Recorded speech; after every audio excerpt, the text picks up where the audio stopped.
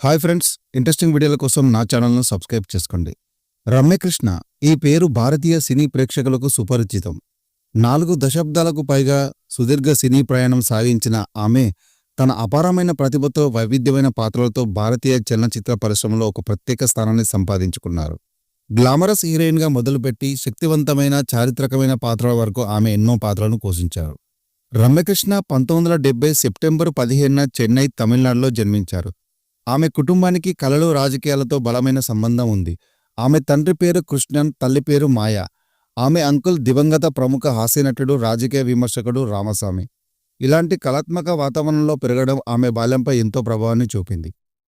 చిన్నతనం నుంచే రమ్యకృష్ణకు నటనపై ఆసక్తి ఉండేది. ఆమె భరతనాట్యం, కూచిపూడి వంటి శాస్త్రీయ నృత్యాల్లో శిక్షణ పొందారు. అలాగే పాశ్చాత్య నృత్య రీతుల్లో కూడా ప్రావీణ్యం సంపాదించారు. రమ్యకృష్ణ తన 13వ ఏట తమిళ చిత్రం వెల్లై